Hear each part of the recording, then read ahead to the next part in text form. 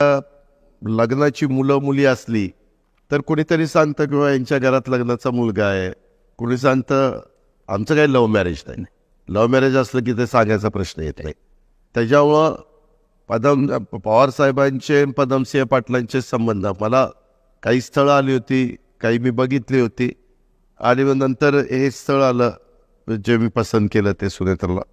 आणि ते स्थळ आल्यानंतर बघण्याचा कार्यक्रम झाला.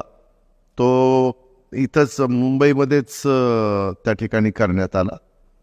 कारण पदमसिंह यांचे ते अजित बाबा म्हणून त्यांचे बंधू आहेत डॉक्टर, त्यांच्या फ्लॅटवर कुलाब्यामध्ये राहतात. आणि बघण्याचा कार्यक्रम झाल्यानंतर मग बाकीचं आमच्या प्रतिभा काकी आहेत त्यांनी ते पुढाकार घेतला.